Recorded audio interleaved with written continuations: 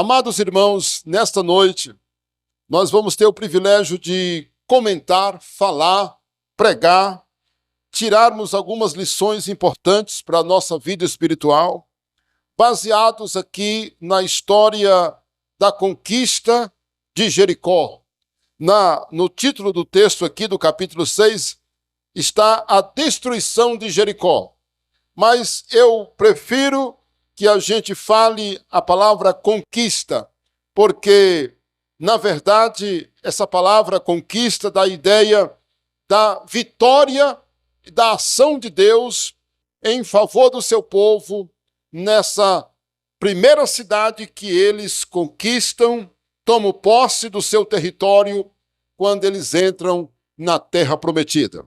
Quero aproveitar e dizer de antemão para os meus irmãos que vão nos assistir pelo canal, que é uma mensagem incrível. Nós vamos aprender algumas coisas importantes para a nossa vida espiritual e certamente vai nos trazer entendimento para a gente tomar algumas atitudes na nossa vida como cristãos.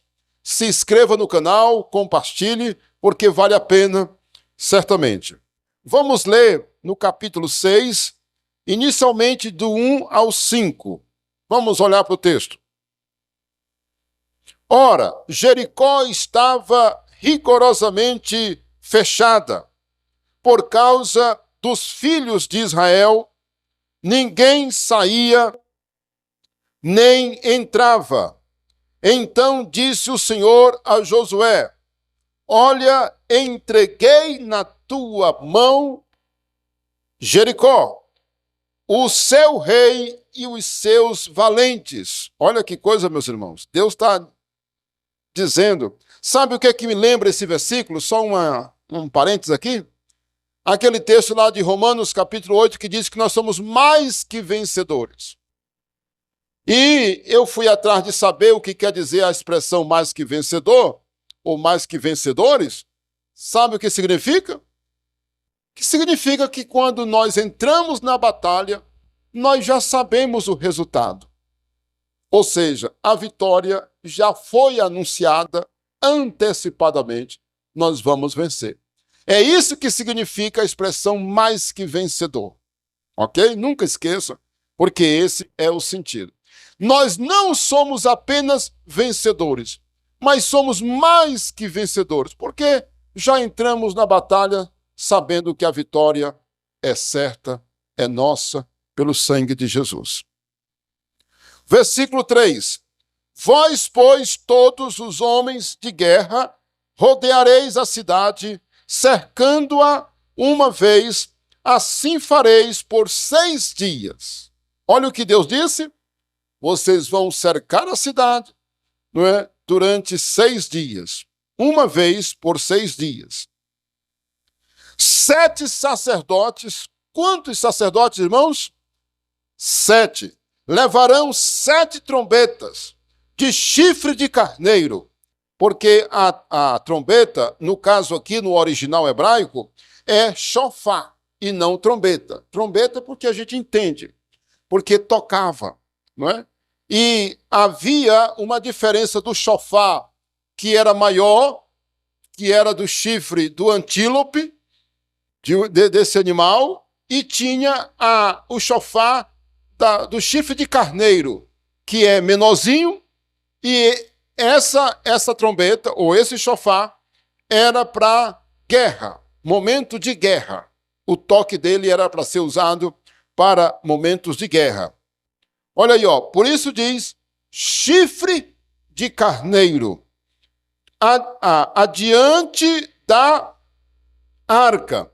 No 7º dia, rodeareis a cidade 7 vezes, e os sacerdotes tocarão as trombetas. Vocês estão vendo aí a palavra 7? 6 dias, primeiro, uma vez. Depois, no 7º dia, 7 vezes. E 7 trombetas e 7 sacerdotes. Ou melhor, 7 sacerdotes e 7 trombetas. Será que Deus está falando alguma coisa para a gente, baseado nesses números? Versículo 5.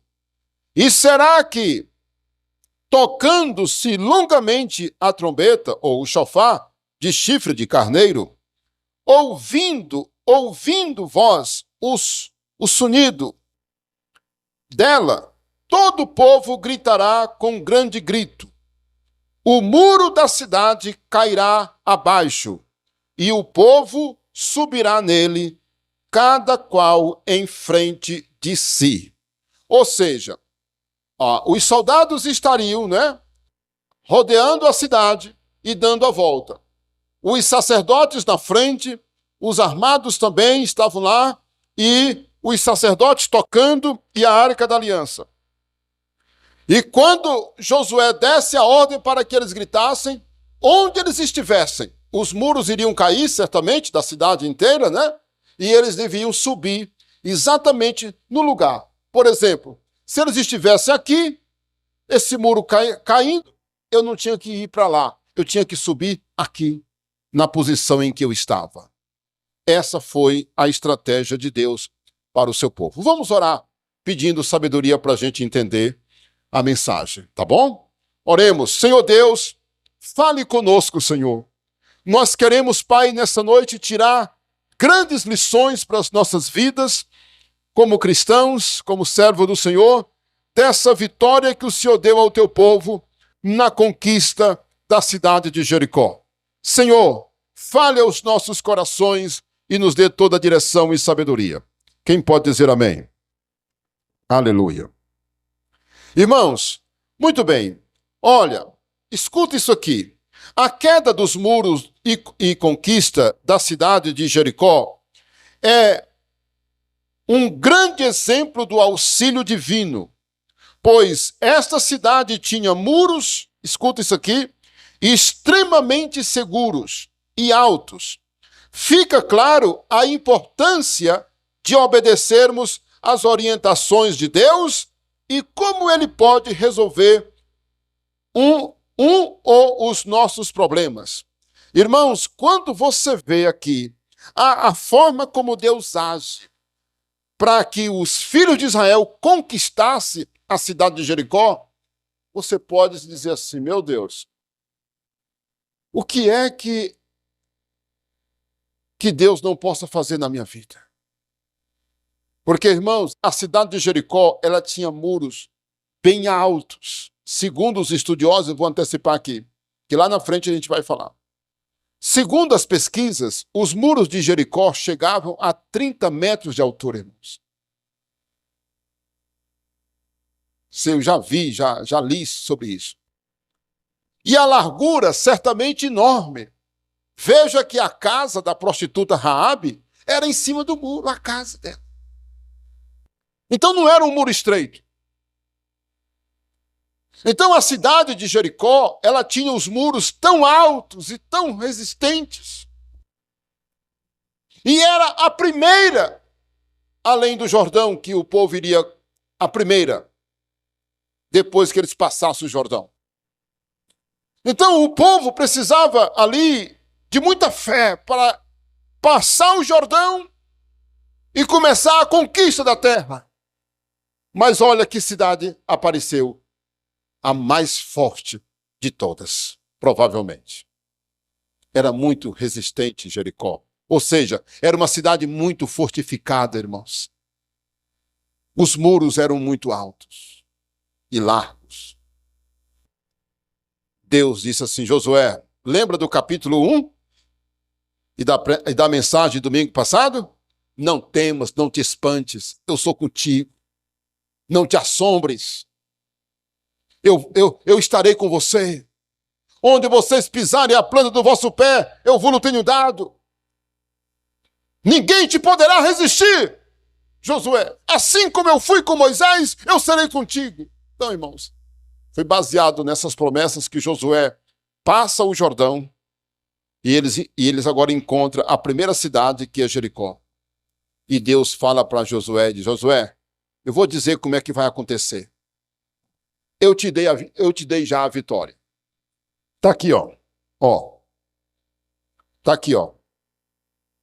Versículo 2, se você quiser olhar novamente. Então disse o Senhor a Josué, olha, entreguei na tua mão Jericó. o seu rei e os seus valentes. Então vocês percebem que Deus chama Josué e diz: Josué, você já conquistou ela. A cidade já está nas tuas mãos. Estou te entregando em tuas mãos. Não somente ela, mas o rei dela e os valentes. Já estão todos em tuas mãos. Toma posse. Irmãos, qualquer um que recebesse uma mensagem dessa da parte de Deus, iria cantando, né, irmãos? Uma vitória. Josué tomou posse e Deus agora deu a orientação. Ó, versículo 3, o que diz no 3? Vós, pois, todos os homens de guerra, rodeareis a cidade, cercando-a uma vez. Assim fareis por 6 dias. Olha aí a instrução de Deus. E aí os irmãos percebem que depois Deus diz assim: leve a arca, leve as trombetas, leve os sacerdotes para tocar e carregar a arca. E os soldados vão assim, assim e assim. Façam isso durante 6 dias, uma vez por dia. Mas no 7º dia, vocês vão dar 7 voltas. E quando eu mandar gritar, vocês vão gritar. E quando vocês gritarem, os muros cairão. Irmãos, é simplesmente incrível essa história. Olha aí o que nós aprendemos com essa história.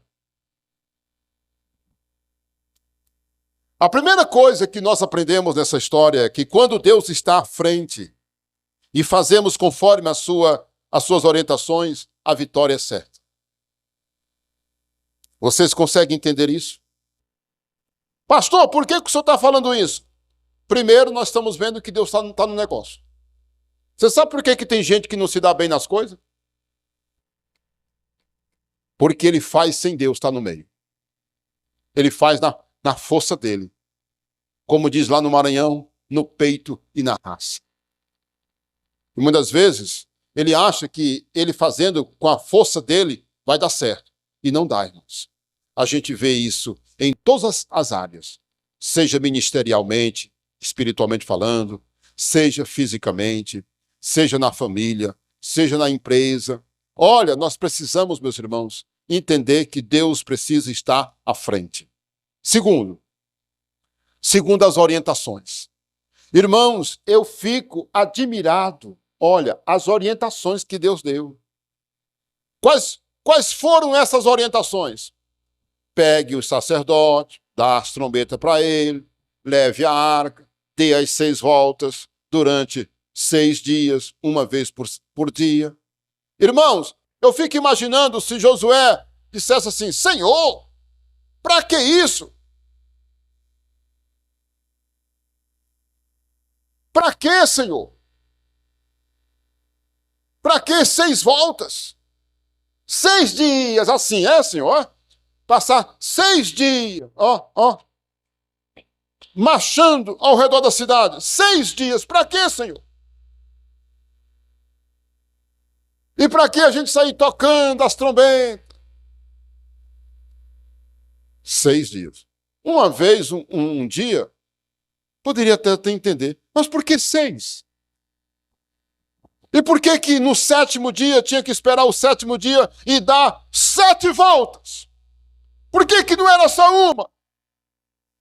Por que não podia ser 6 trombetas? 6 sacerdotes? Por que levar a arca? Meus irmãos, eles fizeram igualzinho Deus mandou.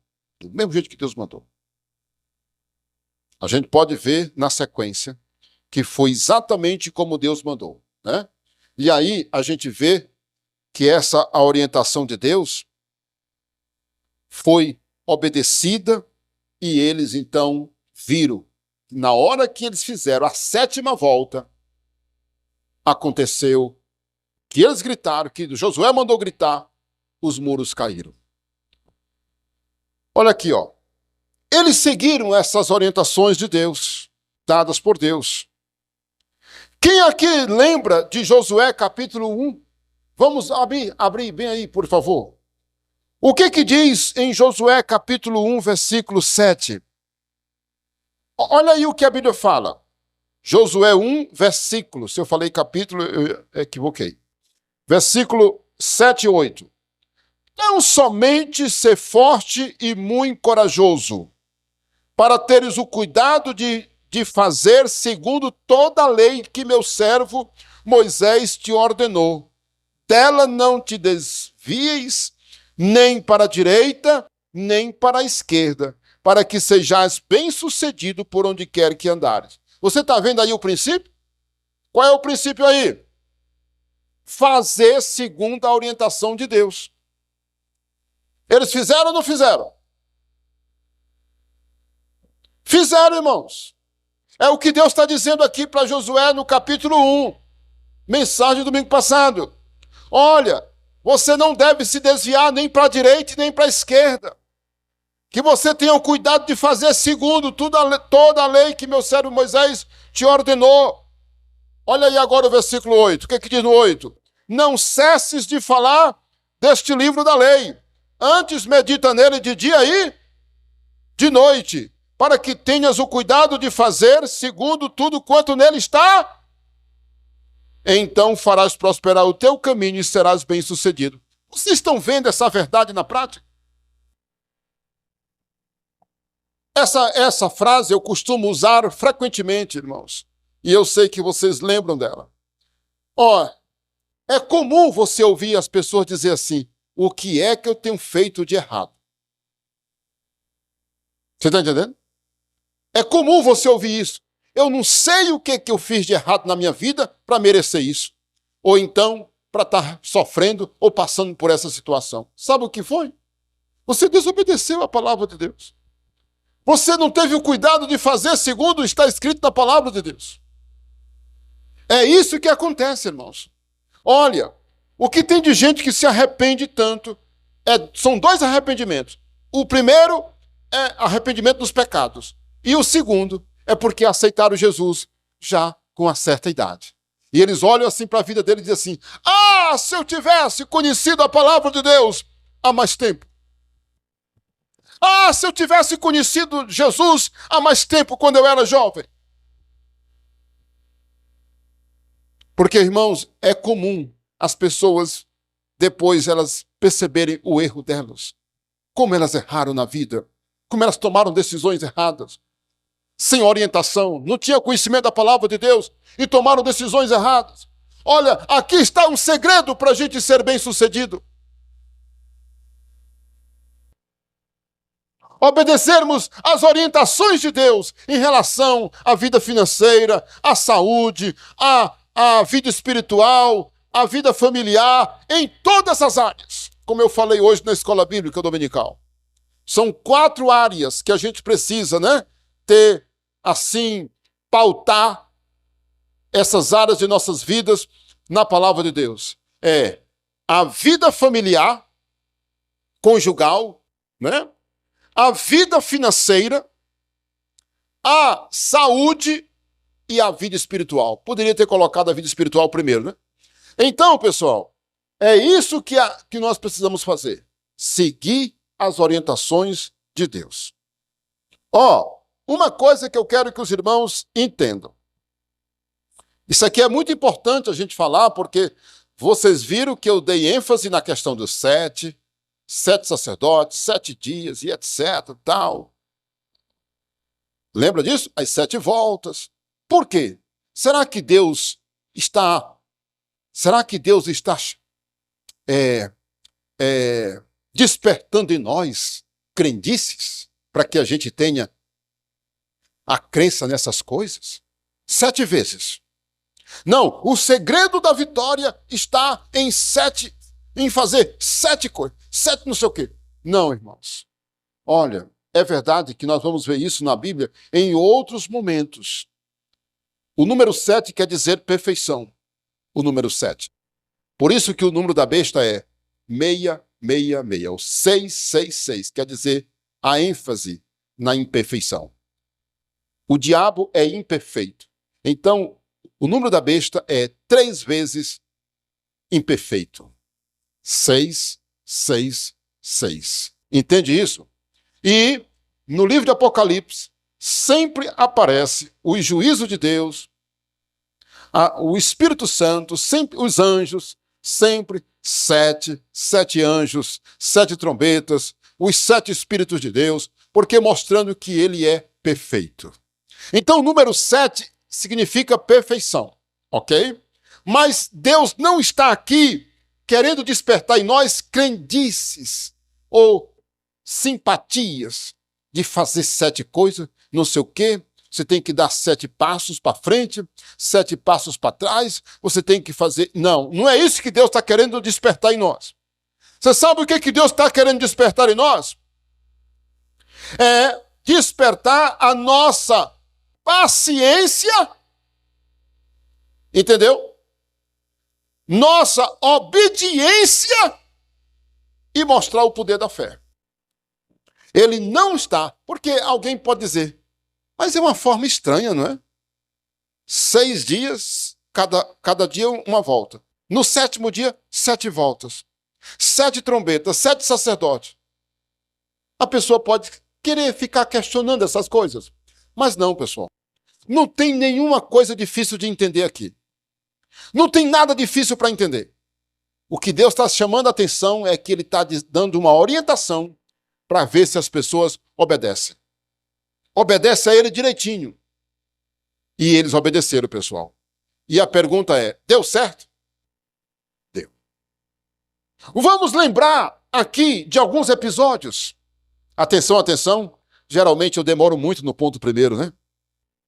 Eu exploro bastante o número 1, né? Da pregação. Aí depois eu tenho que correr. Deixa eu dizer uma coisa. Vocês estão lembrados daquele homem chamado Naamã? Lembra ou não lembra?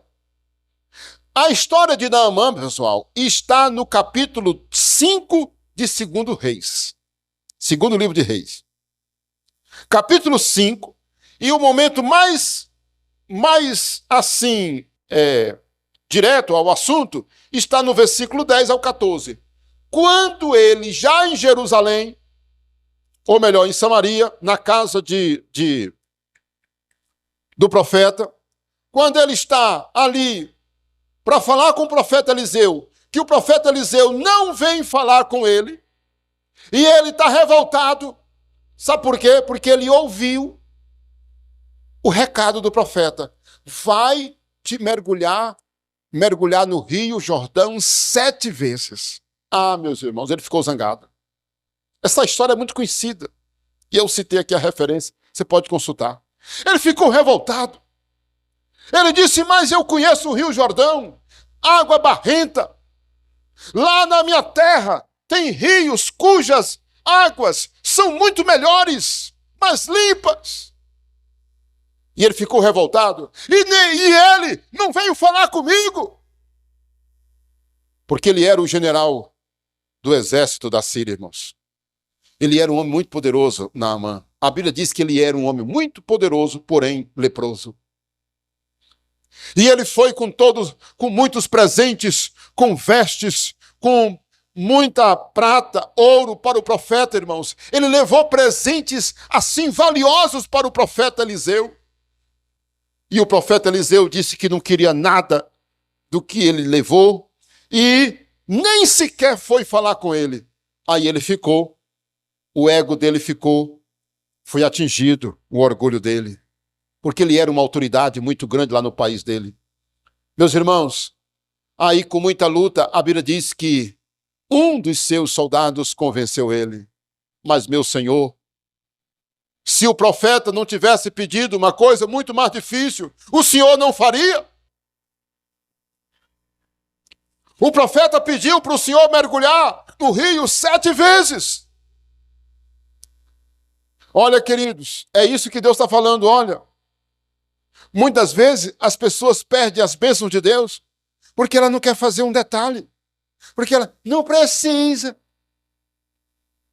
Para eu ser abençoado por Deus, não precisa. Inclusive, meus irmãos, como é que acontece isso? Pessoa despreza a leitura da Bíblia, como nós acabamos de falar no início do culto, não é? As pessoas desprezam a fidelidade nos dízimos. As pessoas desprezam a presença delas na igreja. As pessoas desprezam os princípios de Deus na hora de entrarem num relacionamento. Ah, não. Eu é que sei. Pense, mas não faça segundo Deus está mandando não para você ver no que vai dar. Naamã poderia dizer, não, isso é crendice desse profeta. Essa água barrenta não tem o poder de me curar. Além do mais, eu nunca ouvi falar que alguém entrando no Rio Jordão saiu curado. E eu sei que se isso já tivesse acontecido, eu já teria ouvido falar que alguém leproso, porque ele era leproso, se tivesse acontecido uma cura semelhante à que eu estou buscando, certamente eu já teria ouvido. Aí o soldado dele disse, mas meu senhor, faça. E pela cena, meus irmãos, vamos imaginar aqui, porque todo mundo aqui é inteligente. Eu posso imaginar que ele mergulhou uma vez, saiu, nada. Mergulhou a segunda vez, nada, desconfiado. Não é? Desconfiado. Mergulhou a terceira, quarta, quinta, e ele sempre vendo que não tinha mudança nenhuma na pele dele. Porque o segredo estava em ele fazer exatamente as 7 vezes. Isso serve de lição para você. Olha, nós vamos ver um outro exemplo já aqui nessa história, incrível, de como a Bíblia se cumpre. Ok? Então vamos avançar, porque senão a gente não chega lá no final como a gente gostaria. Olha aí a segunda verdade que nós podemos aprender dessa história. Número 2. Deus tem a solução para cada um dos nossos problemas, especialmente aqueles que parecem ser impossíveis de resolver. E aí eu quero só agora reforçar, porque eu já falei na introdução, sobre os muros de Jericó e etc. E era uma cidade muito difícil. Irmãos, como foi que eles conquistaram essa cidade? Deus deu a vitória para eles, assim. Os muros caíram. Eles não tiveram que arrancar uma pedra, derrubar um tijolo, porque nós acreditamos que os muros eram feitos de pedras. Então, moral da história, eles não tiveram que derrubar. Deus resolveu o problema para eles. A história do povo de Israel é uma história assim. É água que saía da rocha, comida que vinha do céu. Você entende isso? Comida que caía do céu. O profeta Elias foi sustentado pelos corvos. Lembra disso? Então, você vê a forma como Deus resolve os nossos problemas. A viúva lá do azeite, que nunca mais se acabou, quer dizer, enquanto ela tinha vasilha para a multiplicação do azeite, o azeite não parava de se multiplicar. Então Deus, ele tem aquela viúva pobre, né? sem nada. Deus supriu as necessidades dela. Então Deus tem uma maneira. Lembra daquele episódio em que foram cobrar o imposto de Jesus? E Jesus mandou que Pedro fosse pescar. E quando ele pegasse o peixe, ele abrisse a boca do peixe que tinha lá uma moeda para ele pagar o imposto.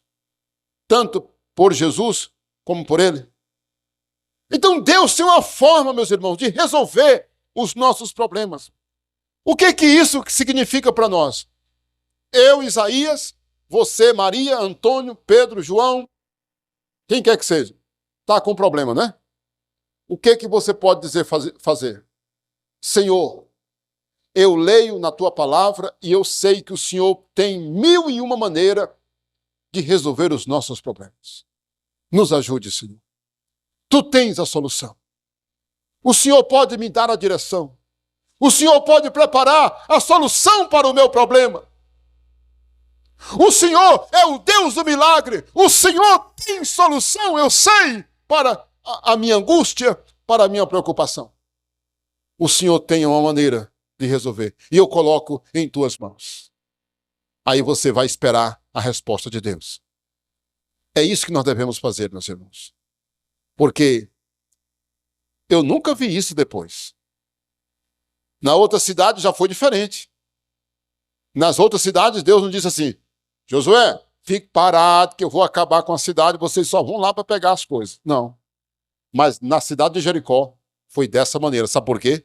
Porque os muros eram altos, meu irmão. Eram altos. Eram muito difíceis. Eles não iam ter condições de entrar naquela cidade. Eles não iam ter condição.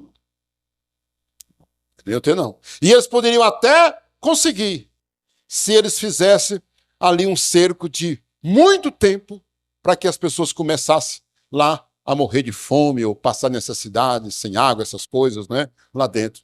Mas levaria muito tempo. E Deus, nesse momento, estava com pressa para dar a terra para o seu povo e eles tomassem posse, né? Tomarem posse. Agora vamos para a terceira grande verdade que nós aprendemos com a conquista de Jericó. Certo? Olha aí, ó. Não deixe Deus ou o seu reino fora de suas batalhas, trabalho, tudo. E suas conquistas. Versículo 6. Se você quiser ler comigo, você pode abrir no capítulo 6, versículo 6. Então Josué, filho de Nun, chamou os sacerdotes e disse-lhes: levai a arca da aliança, e 7 sacerdotes levem 7 trombetas de chifre de carneiro adiante da arca do Senhor. Irmãos, o que é que eu vejo aqui claramente? É a presença do sagrado. O que é que era mais sagrado para o povo de Deus no Velho Testamento? Era a arca da aliança. O que nós temos hoje de mais sagrado é o Espírito Santo. Ah, claro, nós somos o templo de Deus, né? Nós somos o templo de Deus. Nós temos a palavra de Deus. Irmãos, hoje a coisa mudou, não é mais a arca. Mas eu quero dizer, meus irmãos, que aqui nós encontramos, a presença a presença de Deus na frente. Ou seja, eles honrando. Você sabe por que muita gente não consegue ter vitória na vida? Porque eles deixam Deus de fora. Lembra a história que eu falei agora há pouco? A pessoa não faz segundo as orientações de Deus, lá no primeiro ponto. E depois se pergunta, por que deu errado? Porque você não colocou Deus na frente. Deus não tem que estar lá atrás. Deus não tem que ser, tem um lugarzinho para Deus aqui, ó. Ainda tem. Não, Deus é o primeiro, pessoal. Deus é o primeiro. Eu lembro de uma historinha de um irmão, de um pastor, que ele fazia o culto doméstico. Ele sempre, quando ia sentar, ele dizia assim: ninguém senta nessa cadeira. Essa cadeira é de Jesus. Olha que coisa, irmãos. E ele deixava sempre uma cadeira vazia. Porque quando eles iam almoçar, ou jantar, ou tomar café, eles diziam assim: Jesus, senta conosco. E naquela cadeira, eles não deixavam ninguém sentar. Pela fé, senta conosco, Senhor. Eles sempre convidavam Jesus para estar com ele. Quando eles iam viajar, eles entravam no carro e diziam assim: Senhor, viaja conosco. Esteja conosco. Olha que coisa linda, pessoal. Bem, eu vou começar uma empresa. Eu vou começar um relacionamento. Eu estou pensando em casar. Eu estou pensando em fazer uma viagem. Eu estou pensando em comprar uma casa. Eu estou pensando em tomar uma decisão. Eu estou pensando em fazer um curso. O que é que eu faço? Deus, esteja comigo. Toda honra e toda glória a ti, Senhor. Senhor, eu vou começar essa longa viagem. Eu vou começar esse trajeto. Eu não sei, Senhor, mas tu sabes de tudo. Me ajuda, esteja na minha frente. Lembro-me de um irmão que ele ia fazer uma cirurgia e ele estava muito nervoso nos dias que antecedeu a cirurgia, especialmente no dia que ele foi para o hospital para se internar. Mas, meus irmãos, ele conta que quando ele chegou lá, ele fez uma oração assim, que estava com medo, né? A cirurgia era delicada. Ele estava com aquele medo, com aquela preocupação, aquela angústia, e ele fez uma oração. Ele disse que recebeu uma paz tão grande quando ele colocou e disse: Senhor, Eu sei que quem vai me operar é o Senhor através dos médicos. E ele sentiu aquela paz muito grande. Um irmão em saudosa memória, porque eu creio que ele não está mais, né, aqui na terra, porque ele faz tempo que ele já era idoso, e ele foi embora daqui, e ele contou esse testemunho para a gente, né, na época, há muitos anos atrás. Então, amados irmãos, coloque Deus na sua vida.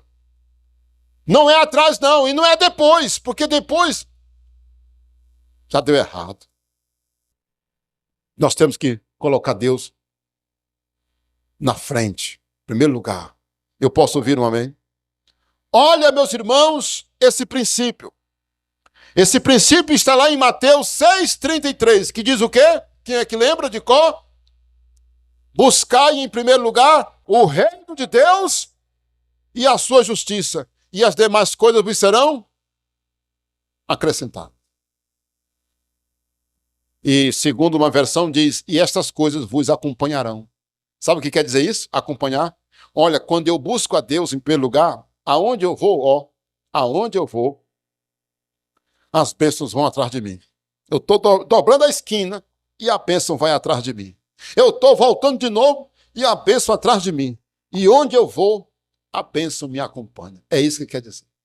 Elas te seguirão. Te seguirão. É isso que significa Mateus 6,33. Buscai em primeiro lugar o reino de Deus e a sua justiça, e as demais coisas vos serão acrescentadas. Aí tem gente que faz o contrário, busca as coisas primeiro, depois é que busca a Deus. Aí já vem com a cara, toda suja da queda ou da pancada que levou, né? Mas eu guardei um exemplo bom para os irmãos. Olha o que diz em 2 Crônicas. Aí agora eu faço questão de ler, porque esse exemplo, ele certamente vai trazer luz à nossa mente. O que diz em 2 Crônicas, capítulo 20, versículo 20? Isso aqui é a linda história do rei Josafá. Irmãos, chegaremos lá, viu? Porque já estamos em Josué, né? Olha aí, 2 Crônicas 20, versículo 20. Pela manhã cedo se levantaram e saíram ao deserto de Tecoa. Ao saírem eles, pôs-se Josafá em pé e disse, ouve-me, ó Judá, e vós, moradores de Jerusalém, crede no Senhor, vosso Deus, e estareis seguros. Crede nos seus profetas e prosperareis. Aconselhou-se com o povo e ordenou cantores para o Senhor que, vestidos de ornamentos sagrados e marchando à frente do exército, louvassem a Deus, dizendo, rendei graças ao Senhor, porque a sua misericórdia dura para sempre. Lembra do Salmo 136, que nós lemos no começo do culto? Tendo eles começado a cantar e a dar louvores, pôs o Senhor emboscada contra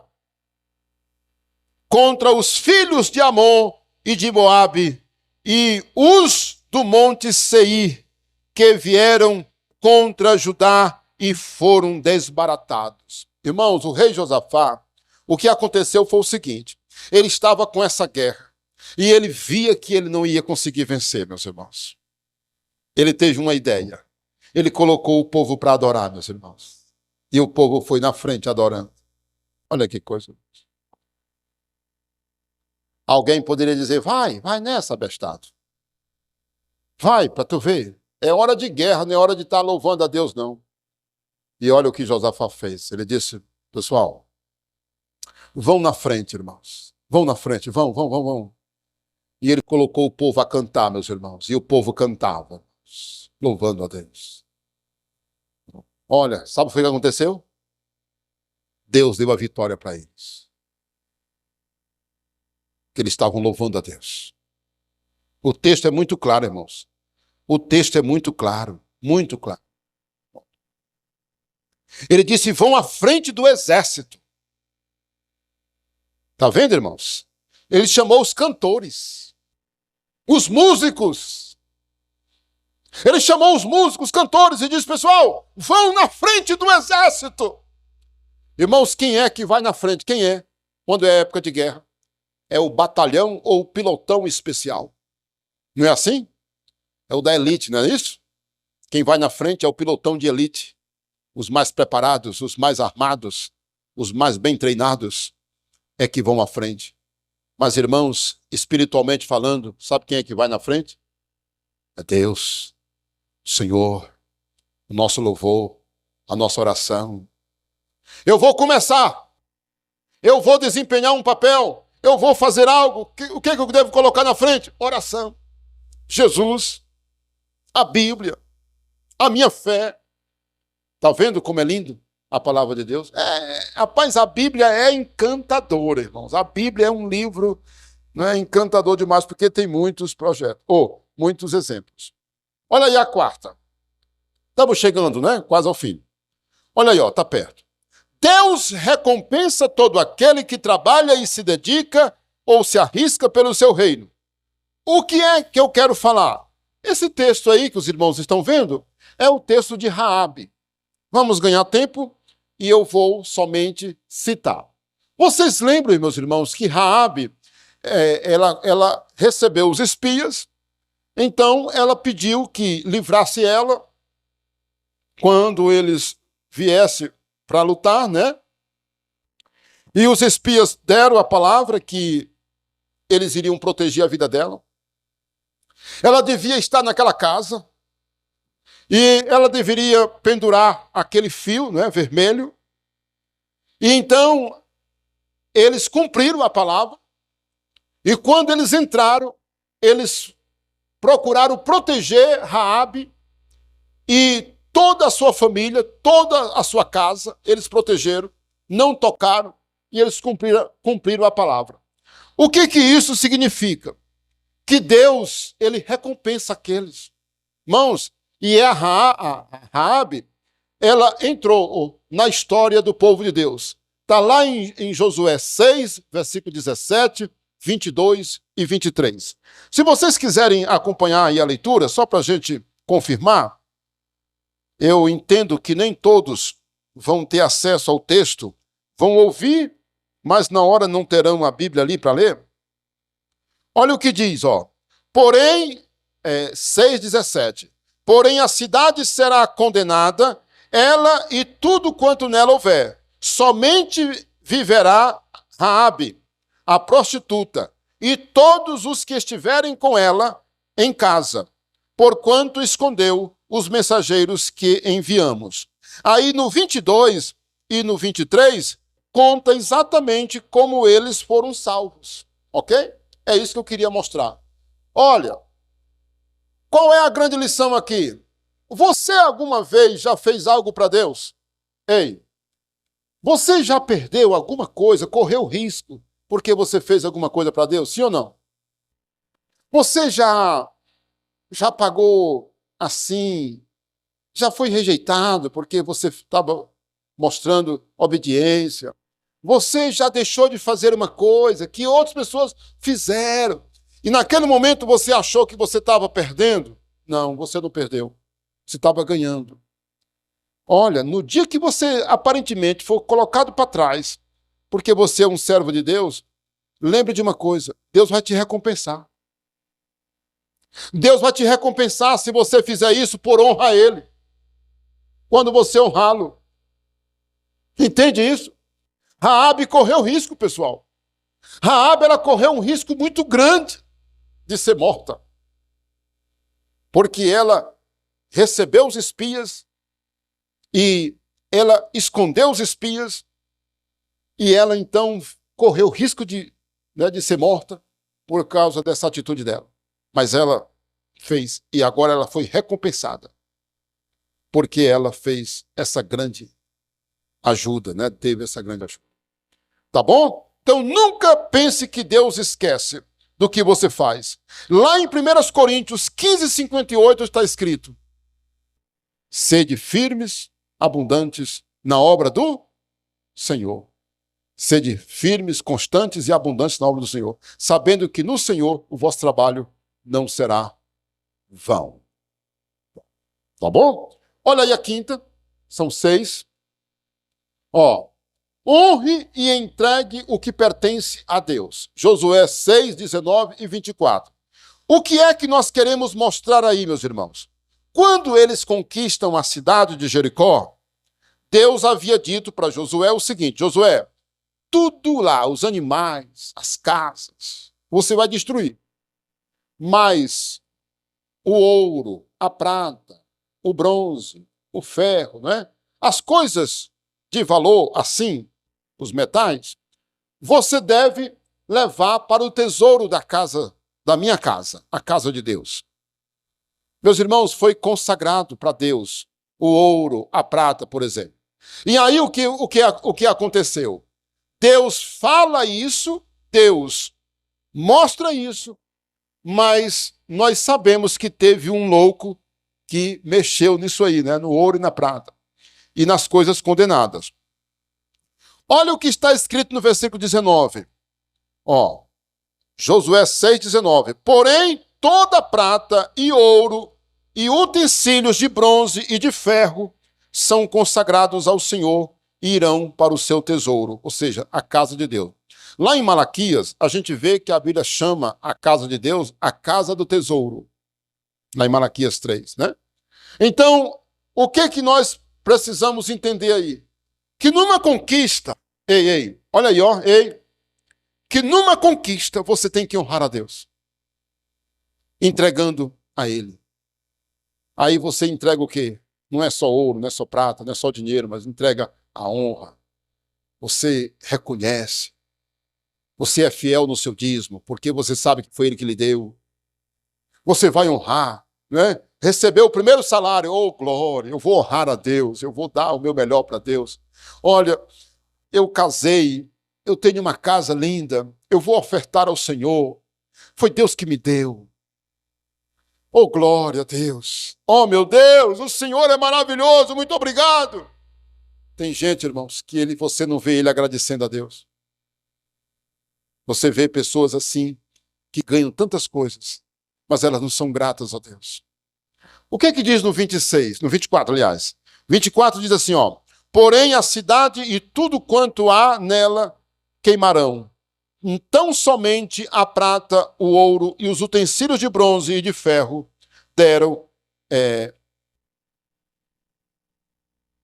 queimaram-no, né? Tão somente a prata, o ouro e os utensílios de bronze e de ferro deram para o tesouro da casa do Senhor. Eles honraram. Olha, nunca deixe de entregar aquilo que é de Deus. Você trabalha? Dê o fruto do seu trabalho. Diga que é o meu dízimo, que é a minha oferta, né? Você vai recolher para Deus o seu dízimo e a sua oferta como sinal de honra. É isso que a Bíblia está dizendo aqui. Quando você conquistar, quando você receber, quando vier a colheita, quando vier as bênçãos de Deus na tua vida, reconheça.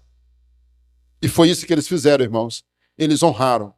Eles pegaram e disseram, olha, ninguém mexa nesse ouro, porque era uma cidade muito rica, ninguém mexa nessa prata, nos utensílios de bronze e de ferro. Levaram tudo, meus irmãos, levaram tudo e disseram assim, isso aqui é para Deus, né? Eles podiam dizer, meu amigo, isso aqui é de quem guerreou, isso aqui é de quem está na guerra, mas eles não fizeram assim, eles honraram. Eu lembro, irmãos, de Malaquias 3, de 8 a 10, que diz que a gente pode roubar a Deus nos dízimos, nas ofertas. Eu lembro de Provérbios 3, de 9 a 10, que diz que nós devemos honrar ao Senhor com as primícias de nossa renda. Correto? A Bíblia diz também que se nós honrarmos ao Senhor com as primícias de nossa renda, nós teremos os nossos celeiros cheios, os nossos lagares transbordarão, né? Lembro-me de Mateus 22, versículo 21, quando Jesus disse assim, dai a César o que é de César e a Deus o que é de Deus. Mateus 22, 21. E a pergunta é essa, o que vai acontecer com aquele que não entrega o que é do Senhor? Vocês lembram? O que vai acontecer? Nós podemos, meus irmãos, entender que Deus está nos dando uma mensagem tão clara. Entregue sempre o que é do Senhor. E agora vamos para o último. Olha aí, ó, o último.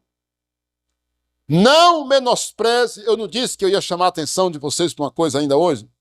Olha aqui, ó. Não menospreze a palavra de Deus. Eu, na hora que estava digitando esse tópico aqui, o número 6, eu pensei de mudar. Mas eu disse, não, na hora da pregação eu mesmo falo diferente. É o seguinte, não menospreze a palavra de Deus, ainda que seja uma coisa aos teus olhos insignificante, ou uma coisa que você diz assim, isso aí não quer dizer nada não. Olha, meus irmãos, versículo 26, abra comigo, 26. Olha o que Josué disse quando eles terminaram de conquistar a cidade. Josué 6:26.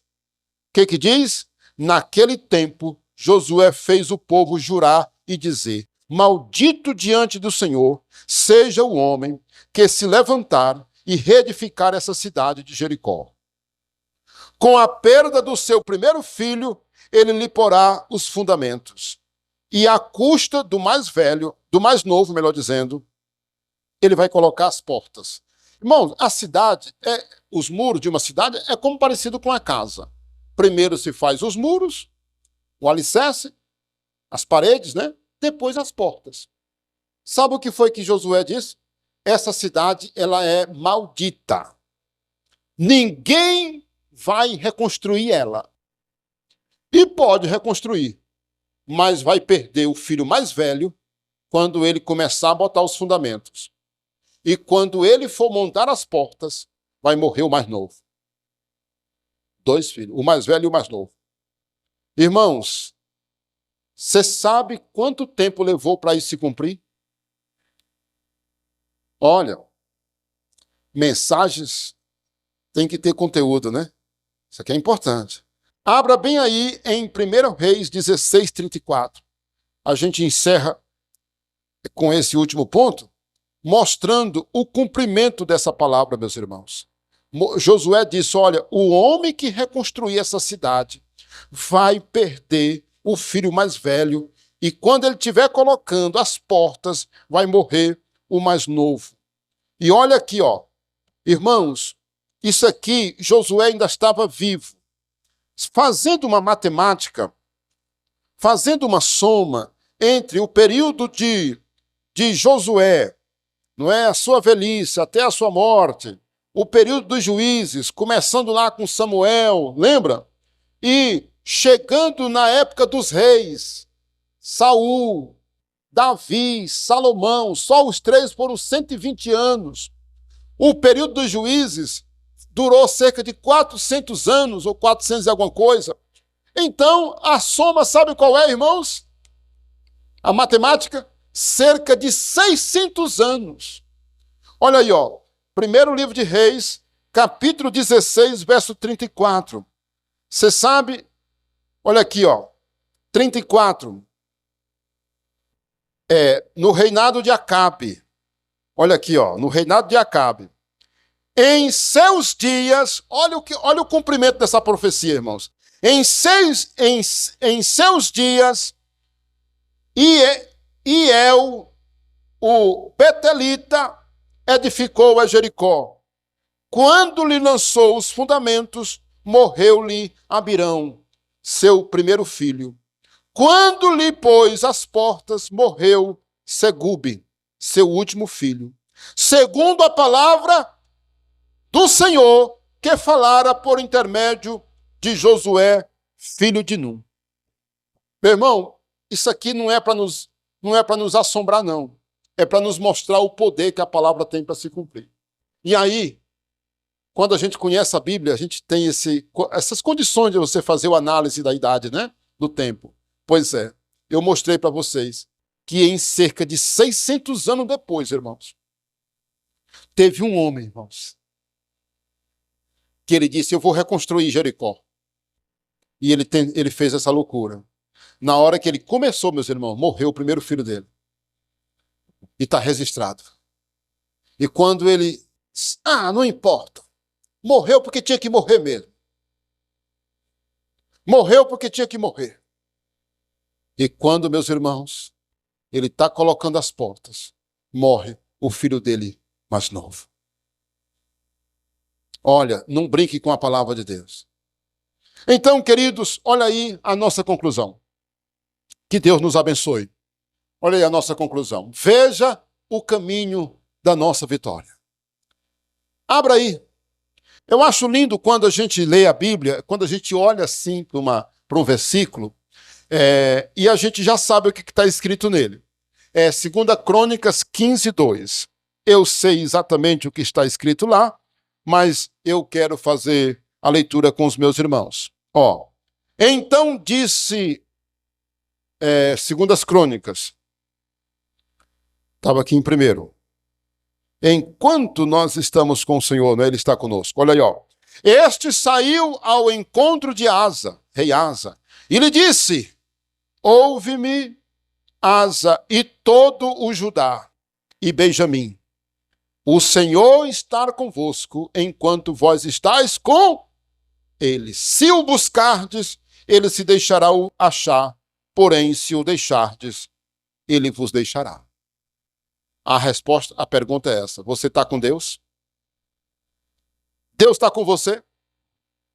Porque, irmãos, são duas perguntas distintas. Deus está com você? Você pode dizer, tá sim. Quem é que quer dizer que Deus não está com ele, né? Mas vem uma outra pergunta: você está com Deus? Aí, geralmente, pessoal, as pessoas dizem assim, eu estou, mas na verdade não estão. Então esse é o segredo. Se você estiver com Deus, Ele estará com você. Mas se você o deixar, Ele também deixará você. Isso serve de lição para nós, irmãos. Levarmos uma vida consagrada a Deus. Levarmos uma vida de oração, de dedicação ao reino de Deus. Olha, meu irmão, minha irmã, dê o seu melhor para Deus. Você que me assiste no canal, dê o seu melhor para Deus. Esteja realmente com Deus e Ele estará com você. Fiquemos em pé. Vamos orar? E eu quero que você me acompanhe nessa oração. Você que está nos assistindo, eu quero que você me acompanhe nessa oração. Em nome de Jesus. Louvado seja Deus. Pai bendito e santo. Eu quero te apresentar, ó Deus, a vida de cada um que acaba de me ouvir nesse momento, Senhor. Aí na sua casa e aqui na igreja, no templo, Senhor. Nós apresentamos a vida deles e delas. Nós apresentamos desde a criança ao adulto, Senhor. Ao mais novo e ao mais velho. Nós apresentamos, ó Deus, ao Senhor. Deus, que essa palavra entre no coração e faça uma grande obra nesse coração, Pai, em cada coração. Nós oramos e colocaremos em prática, Senhor, todas essas verdades que nós acabamos de ouvir e de aprender, baseado na Tua palavra. Que o Senhor nos abençoe e nos guarde, em nome de Jesus. Meu amigo e minha amiga, se você ainda não é um crente em Jesus Cristo, mas ouviu essa mensagem, você poderia tomar a sua decisão onde você está aí, na sua casa ou onde você estiver, ouvindo essa mensagem. Entregue a tua vida para Jesus. Seja um fiel seguidor de Jesus e procure uma igreja séria, próxima da tua casa para você congregar, caso você não more aqui na cidade de Parnaíba, em nome de Jesus. Um abraço.